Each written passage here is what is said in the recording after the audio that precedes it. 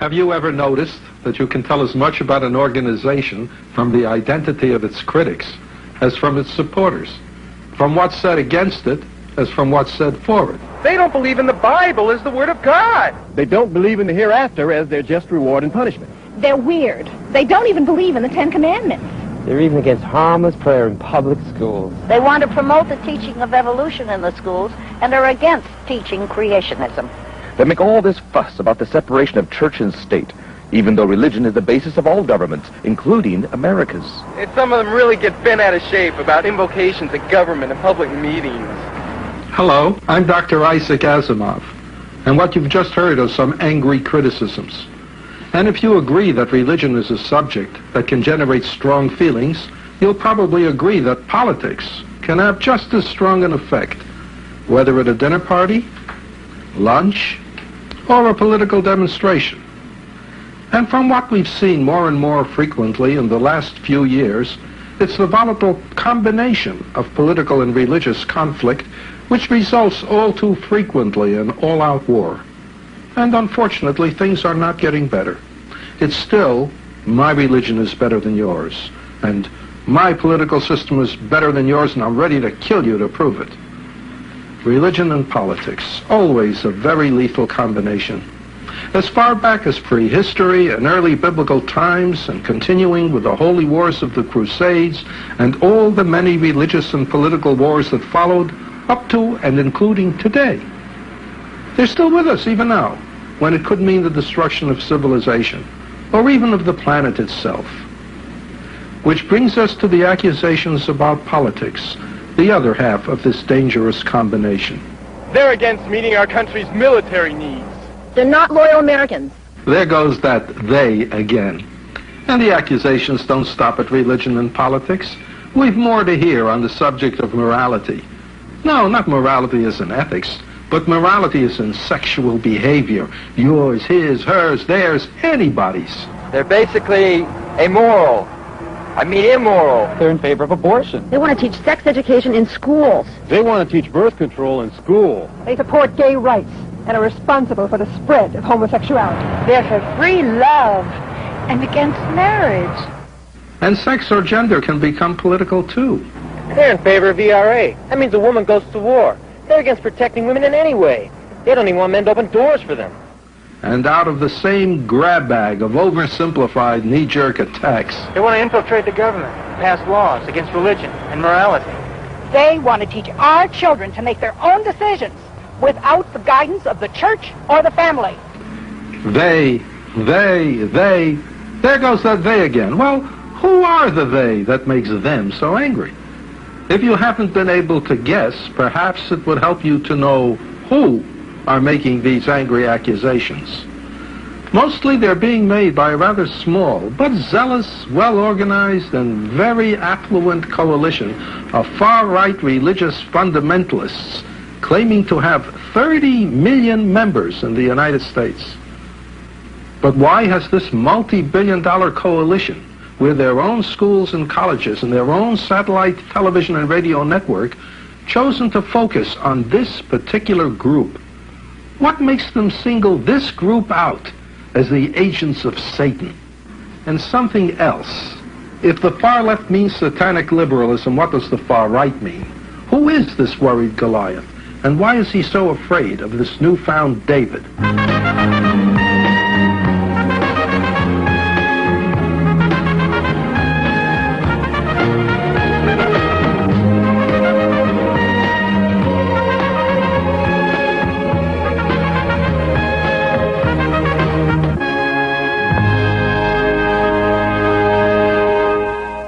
Well, I guess we know who they are now.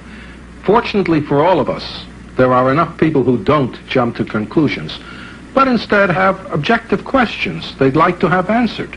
Thinking people who don't want to condemn any person, any idea, or any philosophy because of hearsay or self-serving prodding from the far right. What is humanism? When did it start? Where did it start? What's secular humanism? What's religious humanism? What is Christian humanism? What is Judaic humanism? Is humanism against religion? Is humanism a religion? Is humanism a philosophy? What's the difference between humanism and traditional religion? Well, now, that was different. Those were questions, not accusations. A central concept of humanism is the right and need for free, objective inquiry, for questioning. No one ever learned anything by accusation. And since humanists would like to explain who and what they are, here are 4 more good questions, not accusations, about some major contemporary issues.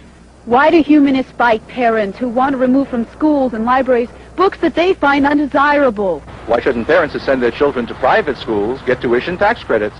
Has evolution ever been proven scientifically? If the old ways of believing in God, the Bible, and the Ten Commandments have served us so well, why reject all that and put our trust in humanism? These questions deserve answers. So let's begin with those about religion. They don't believe in the Bible as the Word of God. Humanists believe that the Bible was written by many men about God.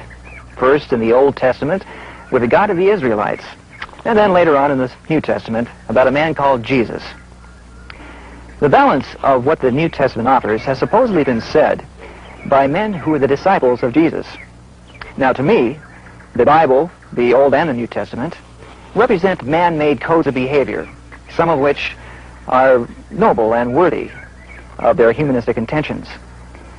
Now, humanists believe that all people have the right to believe in and follow the teachings of the Bible, or the God of their choice, if they choose, just as they have the right not to. They don't believe in the hereafter as their just reward and punishment. Believing in a hereafter doesn't automatically make one a better or a more moral person. As a humanist, I believe that we should live our lives morally and ethically now, in this world, as though there were no hereafter as a reward or punishment. Yeah, I think this way we'd be much better human beings. The world would be a much better place to live in and to share with each other. Frankly, I'd rather we were judged by our deeds in the present. Maybe this way many of us wouldn't feel so free to do bad things now, as though the hereafter's a long time off. But again, as a humanist, I think that if individuals want to live their lives according to their expectations of a heaven or a hell and a future afterlife, well, that's their right. But for me, I'd rather live my life in the here and now, according to my here and now responsibilities and conscience. They're weird. They don't even believe in the Ten Commandments. I think the Ten Commandments and the Bible were attempts to provide guidelines for ethical and moral behavior for their time and are still relevant. But even if I didn't believe the Bible and the Ten Commandments were okay for our time, I would never be against the civil and religious rights of people to believe in them, nor would any other humanist. They want to promote the teaching of evolution in the schools, and they're against teaching creationism. As a school principal, I am appalled that in this day and age, so many uneducated religious zealots have the arrogance to attempt to change standard educator-approved textbooks by removing Darwin and evolution and substituting the teaching of creationism as science. It reminds me of the earlier religious dogma which insisted that the sun revolved around the earth. We educators, along with the vast majority of other Americans, are against the teaching of religion as a science in a state-managed school system. It would be a flagrant violation of the Constitution's guarantee of the separation of church and state. There's nothing wrong with teaching religion, so long as it's taught in the home, church or temple, or comparative religion classes, but not in a school biology class. They make all this fuss about the separation of church and state, even though religion is the basis of all governments, including America's. Religion is not the basis of all governments, least of all in the United States where the Constitution is. And our Constitution's specific call for the separation of religion and government, church and state, is the result of the experience the first settlers had with the restrictions imposed upon them by the old world's control of the state by the church. Since then, religious freedom has been the reason millions of others have immigrated to America. And it's only through this separation of religion and government that people of all faiths are assured fair and equal treatment. So, in a democracy, the absolute right to all religious freedom must not depend upon the religion of the majority, or the religion of those in power, or the religion of a very vocal evangelical minority. If some of them really get bent out of shape about invocations at government and public meetings. I don't feel bent out of shape, but I do feel resentful when I either have to be part of invocations at non-religious government or military functions, or be embarrassed by drawing attention to myself when I choose not to take part in the prayers. I also get angry when it's taken for granted that I and everyone else there is of the same particular religion as the person who is leading the invocation, who is 9 out of 10 times a Christian minister or priest. Separation of the church from the state is guaranteed in the Constitution. And if it's not unlawful for a government agency to do this, then it certainly seems to be at least an act of arrogance and insensitivity.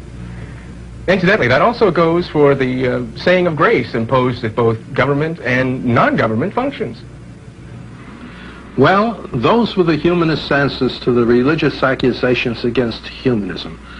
Humanism's basic, in a nutshell, message being that humanism is not against religion.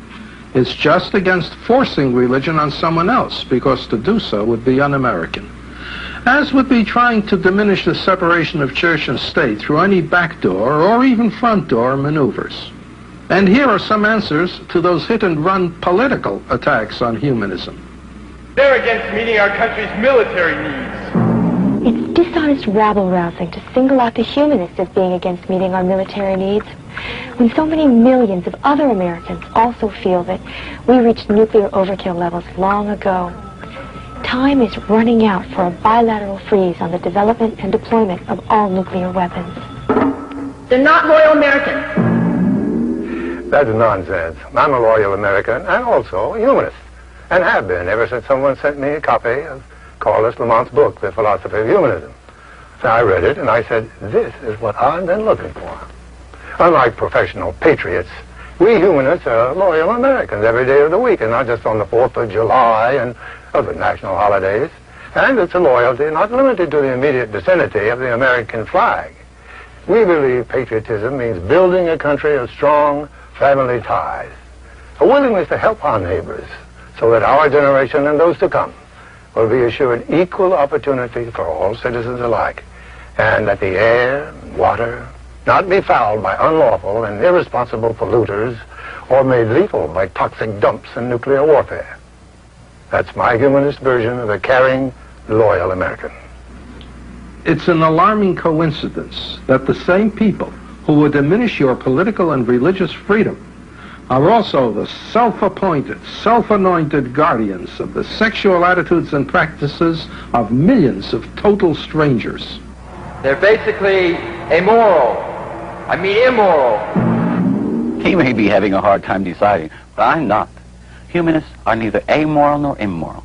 Humanism is a moral and ethical philosophy designed to bring out the very best in humankind, as is the humanist standard for his or her own personal behavior. Our attitude towards sex is certainly not immoral. We believe that people shouldn't exploit each other sexually. We believe that sex is a very important part of human existence, and that it deserves very sensitive considerations. Sex, like religion, is a personal matter, and unless someone is victimized by it, it's a private matter, and should be nobody else's business but your own. They're in favor of abortion. No one has the right to the final say about abortion for me. That includes my husband, my parents, my sisters, brothers, relatives, and friends, and the government. I'll never understand how any male or even any female stranger can dare to assume they have the right to tell me or any other woman what to do about such a complex and personal matter. Humanists believe in family planning first as the best deterrent to abortion. But overall, we believe in the right of women to have the freedom of choice about abortion. They want to teach sex education in schools. What's wrong with a teacher trained in sex education, teaching it in a classroom, and parents teaching it at home, with the parents working out the attitudes and standards of sexual behavior as the parents' share of the responsibility? From what my students tell me, many parents are frequently too embarrassed or just plain unable to answer their scientific and medical questions because parents lack this knowledge themselves, probably because they weren't taught it in school or because they have their own sexual hang-ups. Speaking as a mother, I believe school is really the best place to demystify sex and give accurate information, as opposed to that given by embarrassed or uninformed parents, or in back alley or behind the barn lessons, or acquired through negative and damaging experiences. They want to teach birth control in school. Do these teenagers didn't understand and therefore didn't use birth control. Most of them feel guilty, abused, and rejected. Obviously, all that they'd heard about premarital sex from church, family, or uninformed peers, in addition to their own fears about becoming pregnant, was no substitute for professional education about birth control. Humanists feel that free access to education and information about birth control would prevent what is the leading cause of school dropouts, and that objective information about birth control is not an invitation to sex, but the best means to prevent personal tragedies and abortions. They support gay rights and are responsible for the spread of homosexuality. Of course humanists support gay rights. Humanists support the right of any individual to exercise their freedom of choice in a wide range of areas. Only the naive and the uninformed believe that a straight person can be talked into or seduced into homosexuality as a way of life. Psychologists and psychiatrists no longer believe it's a psychological disorder anymore, or some arbitrary whim on the part of the individual. As a matter of fact, there's even some scientific evidence which indicates that there may be a biological predisposition toward homosexuality. But regardless of the cause, homosexuals, just like heterosexuals, are human beings with the same capacity toward altruism, honesty, and service to humanity. And like everyone else, they should be judged on those qualities, and not the uniquely personal and private matter of their sexual preference. They're for free love and against marriage. Our answer to that ancient and unoriginal nonsense about free love is, we're married. So are most of our humanist friends. Humanism believes we shouldn't discourage normal human personality and behavior. Since most people marry because they love each other, for what reason would humanists try to reject or limit marriage? Humanists are strong believers in the concept of family, and even provide training for family counselors who then have the right to perform legal marriage ceremonies. However, we humanists recognize that not all people are lucky enough to make love to somebody they love.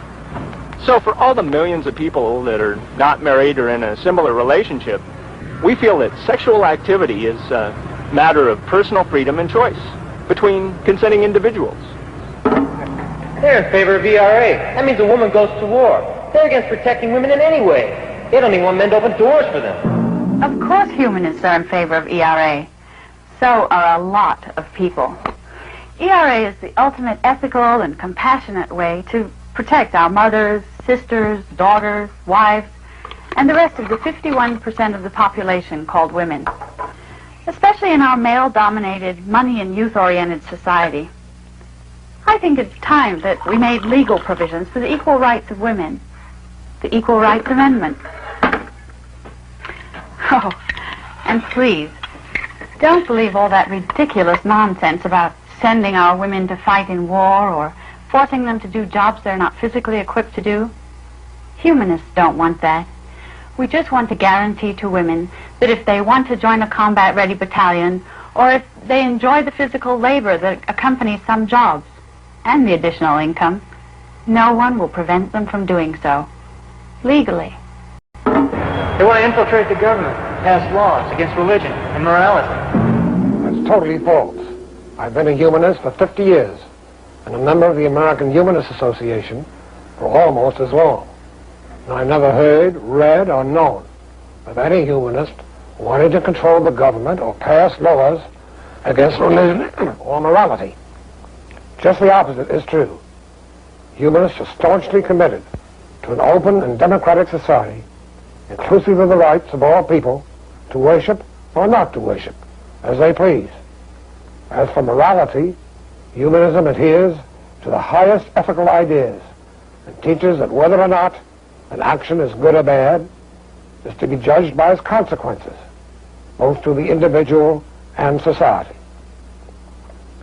Naturalistic humanism rejects all belief in the supernatural, including God and immortality, and holds as its supreme commitment the welfare and happiness of all humanity, according to the methods of reason, science, and democracy. We humanists desire only to improve the human condition and to protect our civil liberties and democratic freedoms, not usurp them. And we're equally against the government imposing any laws to control religion or personal morality. That's just not the government's job, as outlined in the Constitution. They want to teach our children to make their own decisions without the guidance of the church or the family. Not only do I have children, but grandchildren as well. Oh, I'm a firm believer in the family, as are almost all humanists. But we believe it's in the best interest of the family and of society in general that the parents' attitudes and opinions not be forced on their children, that the children be encouraged to learn and think for themselves. Come on, Amanda, let's go look at the duck. Humanists have a great desire to preserve a young person's right to question and to free, unthreatened inquiry into all religious, ethical, political, and philosophical matters. We believe it's against entire societies, as well as a child's best interest, to be intimidated into becoming a rubber stamp version of his parents or church. Well, so much for answers to attacks and accusations. Now let's see how humanists answer those earlier and straightforward questions about humanists and humanism. What is humanism? That's such a basic and important question, and because it may have almost as many answers as there are humanists, we thought hearing from more than one humanist would provide a more comprehensive answer. Humanists believe in the value and dignity of every human being. Humanists believe the best way to live in this complex world is with truthfulness, compassion, love, and respect of other people's rights and feelings. Humanism recognizes that we ourselves establish the moral and ethical principles which guide our everyday life, and that we alone are responsible for our own moral and ethical behavior. Humanists believe that democracy is the best means of running our society. To humanists, science is the best way to explain and understand the physical world we all share. Humanism says that human beings are part of the many life forms on this planet, not independent of them, and that we share a responsibility for all living things and the environment in which they all must live. Humanists also believe that we shape our own destinies, whatever gods there may or may not be. We don't expect a supernatural being to solve our problems or the world's. The simplest definition I can think of is that humanism is freedom of inquiry. Humanists feel free to explore anything, to ask questions, to agree or disagree as their reason convinces them.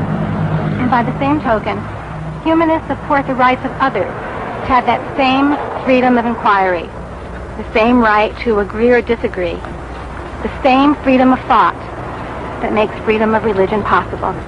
The dictionary definition is humanism, a system or attitude, a thought, religion, or philosophy, in which human ideals and the perfection of the human personality are made central, so that the cultural and practical interests are the focus of attention, rather than theology and metaphysics. I still like Dr. Albert Schweitzer's definition. Humanism, in all its simplicity, is the only genuine spirituality. Only ethics and religion, which include within themselves the humanitarian ideal, have true value. Humanism is a precious result of rational meditation upon our existence and that of the world. To which she'd like to add, Humanism is a joyful, positive philosophy. It gives special attention to the wonders and the beauties of nature and to the creative development in the arts.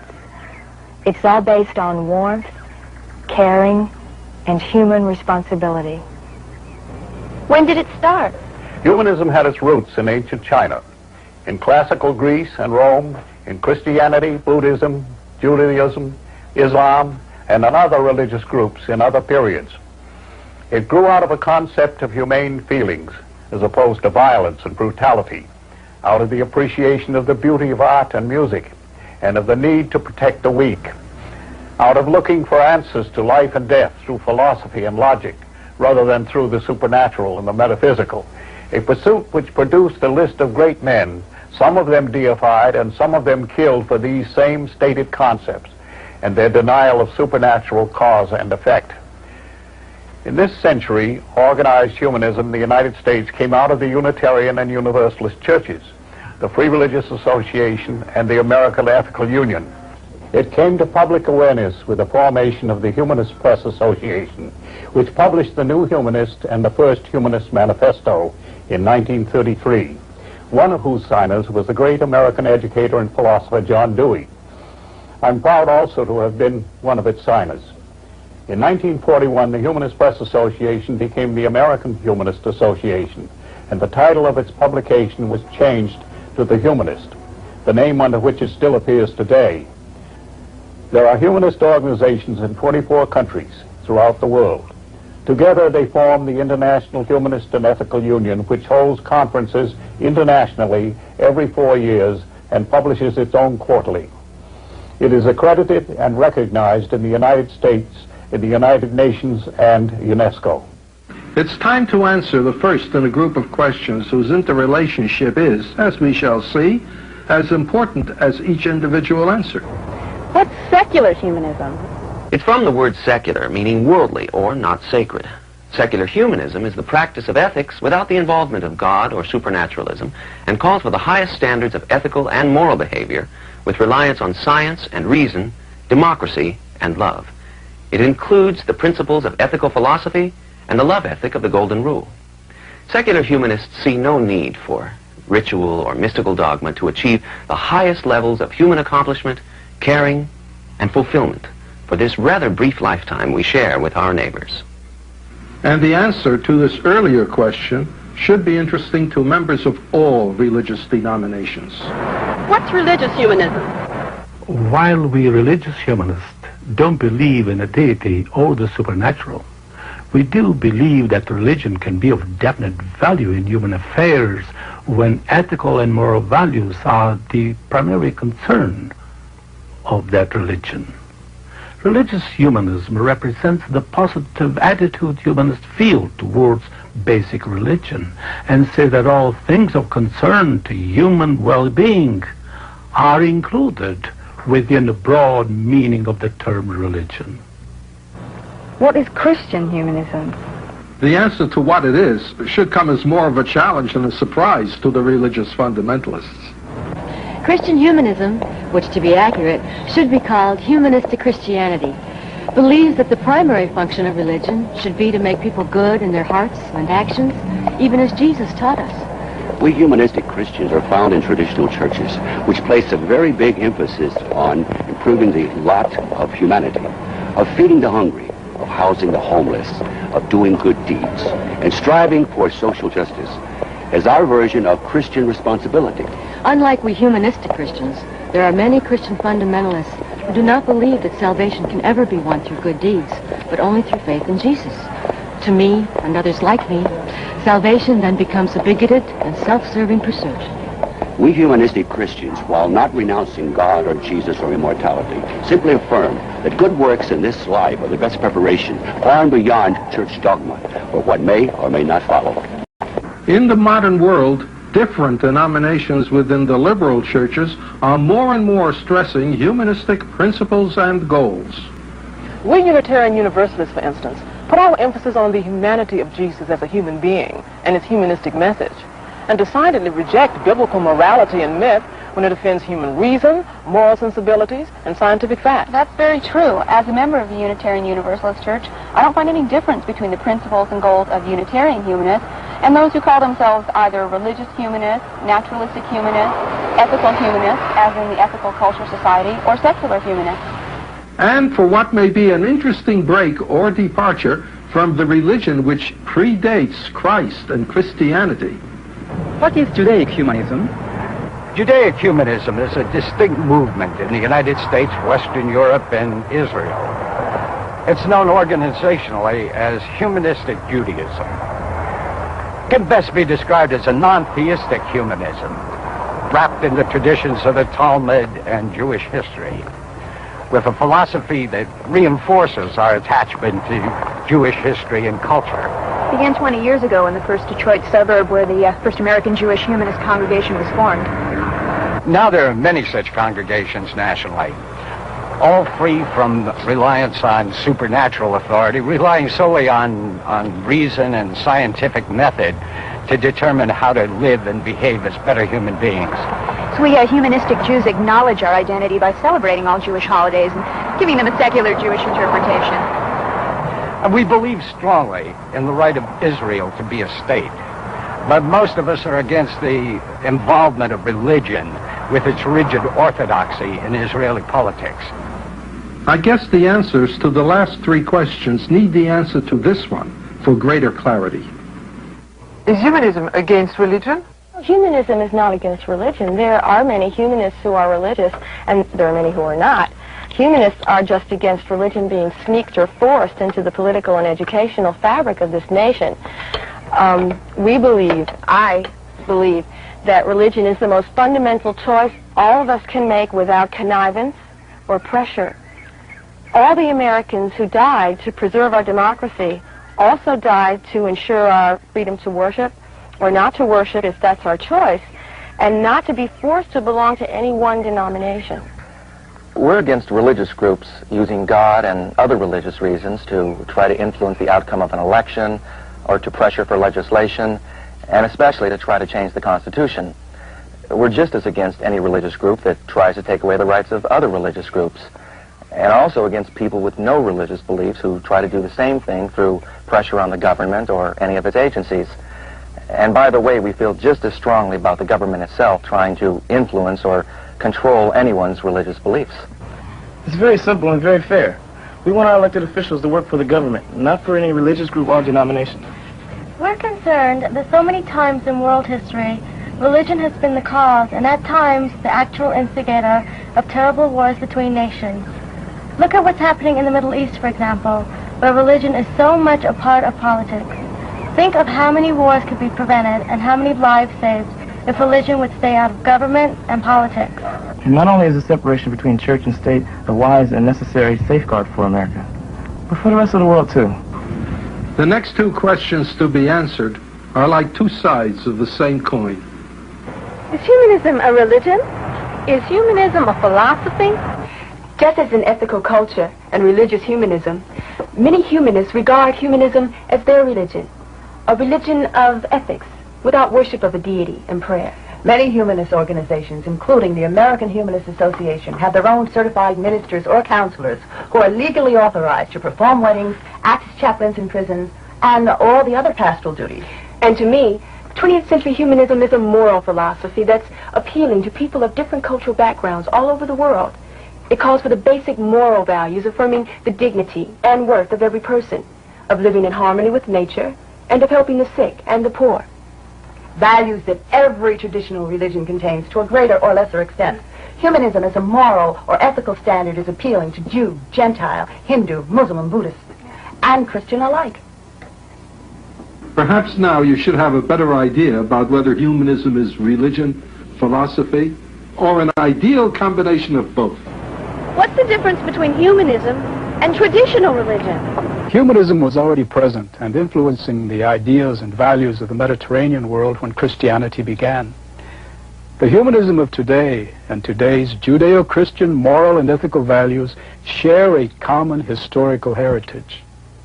Humanism differs only in how it views the source of these moral and ethical values. It holds that they are determined by humans themselves rather than being handed down from mountaintops by unseen gods or supernatural sources. Actually, if you were to remove all the theological and supernatural ideas from both Judaism and Christianity, you'd have humanism remaining as the basic ethical system.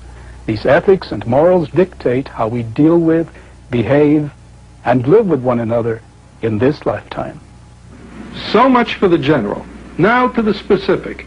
Some answers to questions about how humanists regard current contemporary issues. Why do humanists fight parents who want to remove from schools and libraries books that they find undesirable? Humanists will always fight the pressure groups who want certain books removed from schools and libraries, no matter what their declared intentions might be.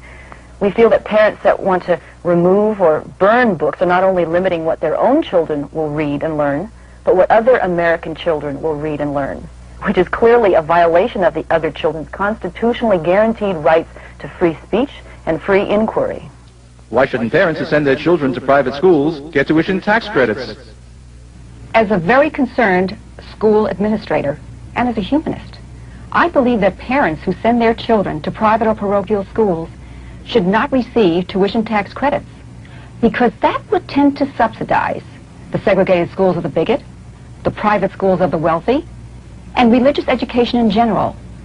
All this out of the ever-diminishing and in many areas inadequate funding of our public school system. Has evolution ever been proven scientifically? Yes, evolution has been proven scientifically to the satisfaction of tens of thousands of scientists the world over. By contrast, creationism is a term manufactured by the religious fundamentalists for what they want taught in schools as science. Science is a method of inquiry concerned with determining the truth about our physical world. It has for centuries gone about this search by adhering to a set of rules for discovering these truths called the scientific method.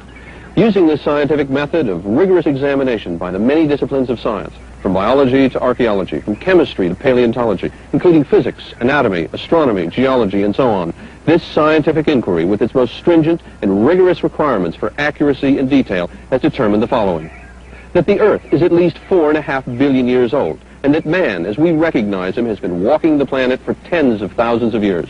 Furthermore, scientific investigation has revealed through meticulous evaluation of the fossilized remains of our human ancestors that before man there was a creature that resembled our present-day apes, an ancestor for man and apes today. And that before these ape-like creatures there were the reptiles, and long before the reptiles, hundreds of millions of years before, only the fossilized remains of plants and the simplest life forms are to be found. By using the most sophisticated and sensitive instruments, scientists can actually date these remains and those of the reptiles, the ape-like creatures, and man's most ancient ancestors to an accuracy sometimes of just a few hundred years. What this dating shows is that there has been a continual, progressive process of cumulative change from the simpler life forms to the present. This is not theory, it's fact. Fact based upon an accumulation of evidence by thousands of researchers working for over half a century. To discount, as the creationists, all the accumulated evidence literally unearthed by thousands of scientists and believe that God created the earth just 10,000 years ago with all the living things upon it in their present form is religion, requiring an act of faith that flies in the face of the contemporary understanding of science and scientifically developed facts.